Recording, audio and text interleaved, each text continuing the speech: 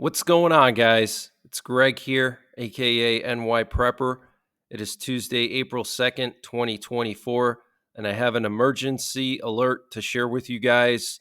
Right now, it is 15:25 Eastern Time here in the United States, and we have some major breaking news coming in from Belarus, Poland, and Iran. What you're looking at here is a flight tracker, and it's showing two presidential doomsday planes in the air. And first of all, it's extremely unusual to have two of them in the air at the same time. But what's even more unusual is that one of them is flying over the Gulf of Mexico in international waters. Okay, this is several miles off the coast of Corpus Christi, which is already international waters out here. So this is extremely unusual. This is probably one of the few times I've seen a presidential doomsday plane flying in international waters offshore. That is very weird. And then here we have a second doomsday plane that took off from DC earlier this afternoon, and it is now flying over the Ozarks in Missouri. And then we also have this RC-135 rivet joint. This is a reconnaissance plane. And look what it was doing here off the coast of Charleston, South Carolina. It was looping offshore. So it was definitely checking something out over here. I don't know if there was a Russian warship out here, maybe a Russian sub. I have no idea. But this is also pretty weird. So we have two presidential doomsday planes in the air this afternoon. That is extremely unusual. And it's really unusual to have one of these in the Gulf of Mexico. And what these planes do is they're an airborne command post for the U.S. president. So if there's a nuclear war, the president would go onto one of these planes, and the plane would circle over the U.S. continuously during and after a nuclear war, and the president would be able to command the U.S. nuclear forces and the U.S. military during that situation. So something is going on. We know that Israel hit the Iranian consulate yesterday in Syria, in Damascus. They completely leveled the Iranian consulate in Damascus. They killed the top three IRGC Quds Force commanders that were responsible for the IRGC activities in Syria and Lebanon. Okay, so these were the commanders of the Iranian Revolutionary Guard that were helping the Iranian proxies in Syria and Lebanon, and Israel killed them yesterday, and several Iranian diplomats that were at the consulate. So this could be why we have doomsday planes in the air, but it also could be because Poland is moving tanks to Warsaw now. And also, the president of Belarus said that Belarus is preparing for war. And he also said that the US and Germany would not help Lithuania if they invaded Lithuania. So something is brewing, guys. I don't know if this is because of Israel. And we also had the Iranian leader, the Ayatollah Khamenei, threaten this morning a retaliation against Israel. And the Iranian Foreign Ministry yesterday said that there would be a harsh response. They sent a letter to the UN Security Council saying that Iran reserves the right to respond in an equal manner against Israel. Okay? So this is very, very serious. Want to just show you guys this video coming out of Poland. Look at all these Leopard tanks, guys. These tanks are heading to Warsaw. Warsaw is the capital of Poland. They're going to the 1st Mechanized Brigade in Warsaw, the 1st Armored Brigade in Warsaw, which is somewhere on the outskirts of Warsaw. Okay, and they're coming from the western Polish city of Poznań. So they're moving these tanks to the capital, clearly a sign that Poland is reinforcing their capital because Warsaw is literally just 100 miles or so from Belarus. And in Belarus, there's probably at least 20 or 30,000 Russian troops, and they have a lot of tanks and a lot of equipment. So something's brewing here in Poland and in Lithuania. I've showed you guys the last 2 days all the strange reconnaissance flights that have been going on in the Baltic Sea off the coast of Kaliningrad. There's been P-8 Poseidons circling off the coast of Kaliningrad the last 2 nights for hours and hours. And then there was also a Sikorsky Seahawk that was flying off the coast of Kaliningrad, which is really strange. Now we have this video footage that was put out by Poland showing dozens and dozens of their best tanks moving towards Warsaw. This update was sponsored by My Patriot Supply. Guys, My Patriot Supply has brought back their 25% discount on their 3-month emergency food supply. And to get the discount, you got to use the link preparewithNYPrepper.com. And the link is in the description below this video. But this 3-month emergency food supply has a 25-year shelf life. It includes over 2,000 calories per day, breakfasts, lunches, dinners, drinks, and snacks, all contained within 6 rugged water-resistant buckets, and free shipping is included. So use the link preparewithNYPrepper.com to get $200 off or 25% off of the My Patriot Supply 3-month emergency food supply. The link is in the description below this video. Free shipping is included. They also have a general store where they sell all kinds of prepping and survival products, and they're always running various discounts. And to get to their general store, you just got to click on the My Patriot Supply logo when you get to preparewithNYPrepper.com at the top of the page, and you'll see their general store where they sell all kinds of prepping and survival products, and they're always running discounts here. So use the link preparewithNYPrepper.com to get 25% off of the My Patriot Supply 3-month emergency food supply, and the link is in the description below this video. These are the Leopard 2 tanks, and they've been actually upgraded by Poland. So they've customized it to their liking. They call them the Leopard 2 PL tanks. And so they've been upgraded from the standard Leopard 2 tanks by Poland. Okay, so these are even better than the standard Leopard tanks, and they're going to Warsaw by the dozens. Okay, so this is very, very serious. I want to read to you what the leader of Belarus said today. He said that the necessary preparation of the relevant units for the war continues in the country, and various types of weapons and equipment are supplied to the troops. We are preparing for war. I speak about it frankly. If you want peace, prepare for war. Okay, so very serious, guys. He said that the necessary preparation of the relevant units for the war continues in the country. We are preparing for war. I speak about it frankly. I don't know how much clearer it can get, guys. You know, there's a lot of people that are in denial. They think that Belarus would never dare attack a NATO country. They would never dare attack Lithuania or Poland or whatever, that Russia's not crazy enough to do that, or Belarus is not crazy enough to do that. Well, look at how disorganized and chaotic NATO is, okay?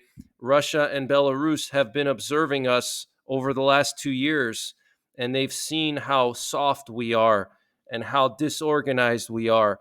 And when we responded to the invasion in Ukraine, it took us months and months to give Ukraine what they needed, and they took note of that. And they're probably thinking now, okay, why don't we try and go into Lithuania? Why don't we go in a couple of miles and see what happens? Let's see if NATO actually responds. Let's see what they do. Because quite frankly, NATO dropped the ball with Ukraine. Okay, Ukraine was supposed to have this big counteroffensive last year, and NATO only gave them like 100 tanks and a few dozen Bradley vehicles. You're not going to be able to penetrate a massive defense line that was fortified for 8 months by Russia with 100 tanks and no air cover and no anti-air systems. It's not going to happen, okay? So Russia and Belarus are probably laughing at us, and they're laughing at NATO. They probably think we're a joke because we're not doing what needs to be done with this Ukraine war. Okay, we're trickling out useless equipment that Ukraine can't even use. It's old. It doesn't even have any effectiveness on the battlefield. It's mostly symbolic and for political purposes. Okay, so this is very, very concerning, guys. And I want to show you guys some very concerning pictures that were put out on the website of the president of Belarus. So here we have Lukashenko, the president of Belarus here, and he's standing near the border of Lithuania, and you can see they have sandbags here. And what's very striking about this picture is obviously he's wearing military uniform here, okay? You see he's got his military hat. He's got his military jacket here with insignia on it. But what strikes me here is, what do you notice about these troops here? Look what's on their arms. They have white tape on their arms. If you're not going to war, you're not going to put armbands on your soldiers, okay? These are the same armbands that Ukraine and Russia had when they went to war to identify each other. So this way there's no friendly fire incidents, okay? So they have now put armbands on their infantry that's stationed just a few miles from Lithuania, literally 5 miles from the border of Lithuania and 10 miles from the capital of Lithuania, Vilnius. They have these troops there now, an entire mechanized brigade with hundreds of tanks, BMPs, BTRs. They also have S-400s nearby, anti-air systems, literally 2 miles from the Polish border. And I'm going to show you guys exactly where they're located.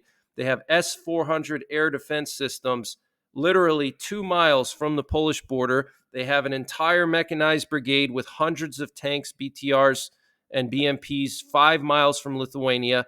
And now their soldiers have armbands on, okay? And the president visited them right on the border, and now he's saying they're preparing for war. Poland moving tanks to Warsaw. Nothing is a coincidence, guys. Okay, this is not a coincidence. The missiles flying into Poland 4 times already. Okay, Russia sending their missiles into Poland 4 times. That's not a coincidence. They were testing Poland's readiness, and they were probing Poland to see what their air defenses are like. And more importantly, they were probing NATO to see how NATO would respond, to see if NATO has any balls. And so far, we've shown that we have no balls. Okay? We're afraid to give Ukraine the weapons they need to win because we're afraid Russia's going to go to nuclear war or they're going to attack Europe. We're afraid to put troops into the Baltics because we don't want to antagonize Putin and escalate by putting forces into Lithuania. We have no forces in Lithuania, guys. There's only like a few thousand troops at most in the Baltics. Their primary purpose is to be a deterrent and to be a tripwire. That's it. That's all their job is. They're not set up to actually defend territory. Okay, they're just a symbolic deterrent tripwire force. That's it. And if you think that NATO would immediately respond to an invasion of Lithuania, you're sadly mistaken, okay? NATO is going to deliberate. They're going to spend days and weeks to decide, okay, what do we do? Do we do this? Do we do that? We don't want to do this because it's going to piss Putin off. So maybe we should just give them helmets for now. And then maybe down the road, we'll give them javelins after 3 months, after half their cities are leveled. That's what's going to happen, okay? Don't expect any, big defense that, NATO's going to rush in with 30,000 troops. It's not going to happen, okay? That's a fantasy, and it's not going to happen, okay? And Putin knows it. Lukashenko knows it. And they're going to take a chance and do this. I'm telling you, it's coming. Here's another picture of him, okay? You can see the soldier here with the white armbands and leg band, okay? You don't do that unless you're preparing for war. He also accused NATO forces of concentrating on a training ground, the Pabrati training ground in Lithuania, which is just like 3 miles from the border of Belarus. He's saying that NATO forces are concentrating there, which is obviously BS. He's just saying that as an excuse to have, a reason to invade. Oh, the NATO forces are concentrating there, so now we got to go in, preemptively. We got to attack them because they're concentrating on our border. Okay, does that sound familiar to you? And I want to read to you what he said. He said that the US and Germany would not defend Lithuania. He said, there are strangers there. He's talking about the training ground 3 miles away. Do you think that the Germans and Americans came here and in the event of a clash with the Belarusians and Russians, they will defend Lithuania? They will not defend. At the first serious situation, they will run away from the battlefield and they will do the right thing. Their land is in Germany and the US. No mercenaries will solve the issue here. Wow, guys. Okay, so I don't know how much clearer it can be. Belarus is going to invade Lithuania. I'm telling you right now. They may not invade Poland because they know Poland has a huge military and they don't want a part of that. But for sure, they're going to go into Lithuania because Lithuania has no air force, very little tanks, very little infantry, hardly any NATO forces there. So it's low-hanging fruit, okay? And it would be an easy way for Putin to test NATO to see if we actually will respond and what we're going to do. And then based on how we respond there, he's going to say, okay, well, it took them a month to respond and send forces to Lithuania, so maybe we can go to Poland now. Maybe we can go to Romania, and the response will be similar. They're going to be deliberating and deciding what to do. Meanwhile, Russian forces are going to be advancing miles and miles every single day, while Macron and Schultz and Biden, argue over, it's going to cause a nuclear war if we respond, so we should only do this. Okay, so I'm telling you, it's going to escalate. It's all going to happen this summer and this spring. And also, there were 2 Russian military transport planes that arrived in Belarus this week. Apparently, there were also flights of Russian fighter jets and reconnaissance planes observed near the Baranovichi airfield in southern Belarus, like south of Minsk, like kind of south central Belarus. So Russian fighter jets, recon planes, and transport planes active in Belarus, guys. Okay. Very serious situation. This is the location in Lithuania where Lukashenko is accusing NATO of concentrating forces. Okay, you can see the red pin drop there, literally right next to Belarus. I personally don't believe it. I think he's just making it up. But I want to show you where he has the S-400s. Okay, so here we have northeastern Poland. You can see the city of Białystok here. And this is the Suwalki Gap, just to the north of where these S-400s are. Okay, 2.5 miles from the Polish border. There's 2 fields here where S-400s are concentrated. Here's one. You can actually see the launchers here and the missiles in the launchers. Okay, there's at least 8 missiles here. Okay, and then there's more trucks sitting over here, probably with spare missiles, and more trucks here. Okay, so you probably have half a dozen launchers here ready to go. And then there's some bunkers here. Look at this. Got bunkers here. Okay, and then just another half a mile to the north. And look at all these S-400s, guys. Look at this. 1, 2, 3, 4, 5, 6, 7, 8, 9, 10, 11, 12, 13, 14, 15, 16. I mean, this is insane, guys. Okay, look, more. 17, 18, 19, 20, 21, 22, 23, 24. Over 20 S-400s here, guys. Literally right next to the Suwalki Gap. 2.5 miles from the Polish border. Okay, this is Lithuania here. This is northeast Poland there.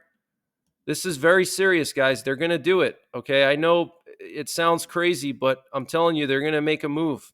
And I want to show you guys exactly where Belarus has this brigade with hundreds of tanks and armored vehicles. And this is where Lukashenko visited his commander last week and said that they're going to have to go into the Baltics right here, Ashmiany. That's where they moved that entire brigade, the 19th Mechanized Brigade. And here we have Vilnius, the capital of Lithuania, literally just 10 miles from the border. Okay, and look at where they've moved their brigade on the same highway that goes straight to Vilnius. They could be in Vilnius in 30 minutes from here. And there's no NATO forces anywhere here. None. Absolutely zero. There's nothing to stop these forces from going straight to Vilnius right now. And Belarus knows it. Putin knows it. And I think Putin is going to use Belarus to do this big probing attack on NATO to test us and see how we respond. Because remember, Belarus is going to do it, not Russia. So Putin's hands are going to be clean from any involvement here. Okay. And we have some breaking news coming from China. Apparently, the leader of China, Xi Jinping, spoke with Biden on the phone today, and Chinese state media reported that Xi Jinping told Biden that the Taiwan issue is an uncrossable red line. And Iran's supreme leader said today that Israel will be punished by the hands of our brave men. We will make them regret this crime and others like it by God's will. Wow. So that's the Ayatollah Khamenei saying that Israel will be punished by the hands of our brave men. That is just ridiculous, guys. I mean, if you don't think we're living in the end times, I don't know what to tell you. Okay. I mean, it's just clear as day. We have all these wars breaking out. We have Iran directly threatening Israel. Okay. The Israeli chief of staff announced that the next phase of the Israeli army's war plans in the northern part of Israel have been approved. So he's talking about the war with Hezbollah. So the next phase of Israel's plans against Hezbollah have been approved already. And that's something that's going to happen this year as well. We're going to see Israel go to war with Hezbollah. They've already prepared their entire population. They've set aside food, water, medicine for several months in case Hezbollah launches thousands and thousands of rockets per day at Israel. They've already been fine-tuning their air defenses to be able to shoot down this massive amount of rockets that's going to be launched at Israel when this war kicks off. They've been fine-tuning their air defenses the last few months. Okay, they're preparing for it. Okay, Hezbollah's preparing for it. They've been practicing evacuating their senior leaders out of Beirut. They've been moving heavy armor to the outskirts of Beirut to protect Beirut when Israel comes in. Okay, this is not just going to be a minor incursion into southern Lebanon. Israel is going to go all the way to Beirut and take the whole capital over. And they're going to try to do the same thing they did in Gaza to Lebanon. Okay, I'm not saying they're going to rubble the whole country, but what they're going to try to do is they're going to go all the way to the capital and try to, eliminate the leadership of Hezbollah and get rid of them, just like they're doing in Gaza now. Okay, and that's going to be a massive operation that's going to be 5 times as serious as what's been going on in Gaza, because Lebanon is a bigger country. Hezbollah has more forces. They have more equipment. They're supplied by Iran. So it's going to be a massive war. Okay, we're not talking about a little operation, on a little strip of land like in Gaza. We're talking about a huge operation. Okay, so it's all coming, guys. Get prepared. Okay, and Iran could use that as an opportunity to strike Israel while Israel's, fighting with Hezbollah. And Israel notified the Biden administration a few minutes before they conducted the strikes in Damascus on the Iranian consulate, but they didn't ask the U.S. for permission. Apparently, this was confirmed by Israeli and U.S. officials. Okay, so they didn't ask the U.S. for permission. They just notified them a few minutes before the strike, and the U.S. told Iran that they were not involved in any way in this attack. And Russia's foreign ministry condemned the Israeli attack on the consulate, saying, "We strongly condemn this attack on the Iranian consular mission in Syria. Such aggressive actions by Israel are absolutely unacceptable and must be stopped. We urge the Israeli leadership to abandon the practice of provocative military actions on the territory of Syria and other neighboring countries. So Russia is throwing their support behind Syria and Iran. And this is biblical, guys. The Bible says in the book of Ezekiel, chapter 38 and 39, that Russia would form an alliance with Iran and various Middle Eastern countries and North African countries, and they would attack Israel during the tribulation period. Halfway through the tribulation period, they would launch a surprise attack on Israel after signing a peace treaty with Israel. Okay, so we have to look out for that peace treaty, which may have already been signed during the Trump administration when Trump and Netanyahu signed the Abraham Accords. That could have been the peace treaty. It's hard to say, guys. I don't know. And the U.S., Romania, and Moldova kicked off joint exercises yesterday. And what you're looking at here is a picture from these exercises. And apparently, these exercises are called the Joint Combined Exchange Training. So this is the U.S., Romania, and Moldova, and they're taking place in Moldova. Okay, so this is very serious, guys. We have a situation brewing in Lithuania, Poland moving dozens and dozens of their best tanks to Warsaw now. We have the situation in Belarus, Lithuania, and now we have Moldova, okay? And Ukraine damaged another Russian oil refinery in the Tatarstan region, 1,300 kilometers away from Ukraine, using an unpiloted Cessna plane filled with explosives. This would be the furthest strike outside of Ukraine's borders that Ukraine has carried out. So this is serious, guys. Okay, Ukraine is continuing to strike these oil refineries further and further into Russia. The video is crazy. I wish I could share it here, but it's literally like a Cessna plane, and it must have been filled with, I don't know what, propane tanks or explosives. I don't know. And it was just flying without a pilot, and it just crashed into this refinery. I don't know how they do that, but it's pretty impressive, the ingenuity of Ukrainians. And the U.S. ambassador to NATO scolded Ukraine for striking inside of Russia. This is something that the United States is not particularly supportive of. We are focused on Ukraine's right to defend its territory and to push Russians out of its territory. This was reported by Politico. So the U.S. is just so stupid, and Russia is literally laughing at us, okay, at our weakness, our fear. Okay, we're afraid to let Ukraine strike inside of Russia, and we expect them to launch a counterattack where they literally have their hands tied behind their back. How can you fight someone with your hands tied behind your back? That's what we did with Ukraine. We said, here's 100 tanks, and go try to penetrate 50 miles of fortifications with 100 tanks, no air support. And oh, by the way, you can't use missiles further than 20 miles. How the hell are you going to win a counterattack? How are you going to do a counterattack with that? That's impossible. Nobody can do that. Okay, the U.S. and NATO expected Ukraine to sacrifice hundreds of thousands of their men. It's just insane, okay? Our leaders here in the West have lost their mind, okay? And this is a very dangerous situation now because Putin knows it. All these leaders around the world, all these communist leaders, they know it. They know that our leaders here in the West are nuts, okay? They're not living in the real world. They're living in a fantasy land, and they know it. And now they're taking advantage of it, okay? And Asia is the big wild card. That's what I'm very concerned about, is China taking advantage of what's going on and maybe going after Taiwan, or North Korea going after South Korea, or Japan. Okay, Japan is building fallout shelters in Okinawa. Okay, I repeat, Japan is building fallout shelters in Okinawa. What does that tell you? Okay. And Zelensky, the president of Ukraine, has signed a law that lowers the conscription age from 27 to 25.